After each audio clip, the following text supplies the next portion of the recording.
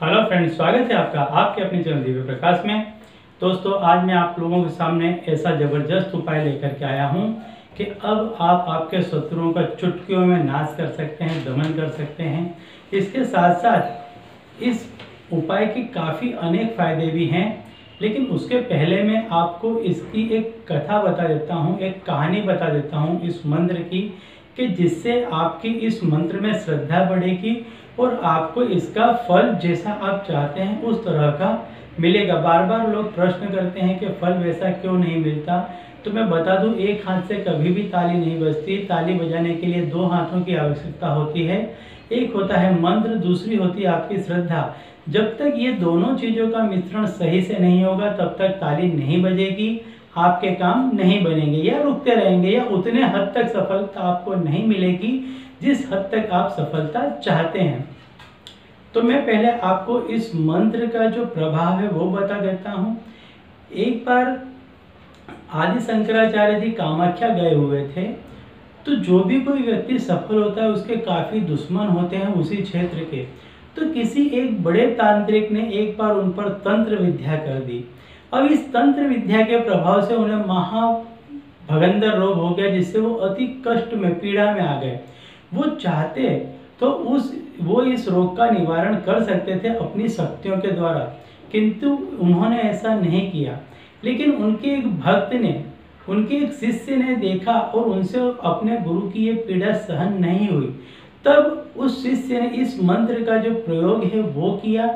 इस मंत्र के प्रयोग से आदि शंकराचार्य जी की जो पीड़ा थी, जो रोग था, वो तो जाता ही रहा, लेकिन जो तांत्रिक था वो मारा गया। इतना जबरदस्त ये प्रयोग है कि जिससे रोग दोष भी मिट जाते हैं, शत्रु का भी नाश हो जाता है। इतना जबरदस्त प्रयोग है।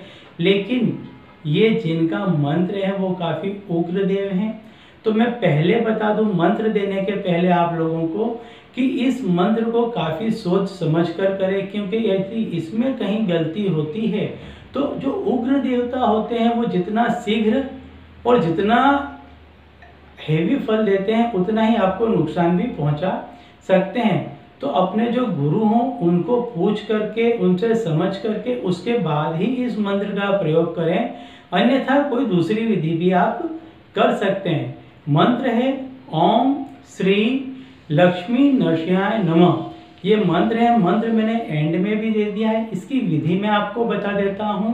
लाल वस्त्र में आपको नरसिंह जी की स्थापना करनी है अपने घर पर, और जैसे आप रोज पूजा करते हैं उसी तरह की पूजा करनी है। कोई एक्स्ट्रा पूजा नहीं करनी है। आपको जो कोई शत्रु सता रहा है, आपको जो कोई रोग सता रहा है, आपको उस रोग या उस शत्रु का ध्यान करते हुए नित्य इनकी पूजा करनी है। और ये जो मंत्र है ये आप ध्यान में बैठ करके इस मंत्र को रोज करें।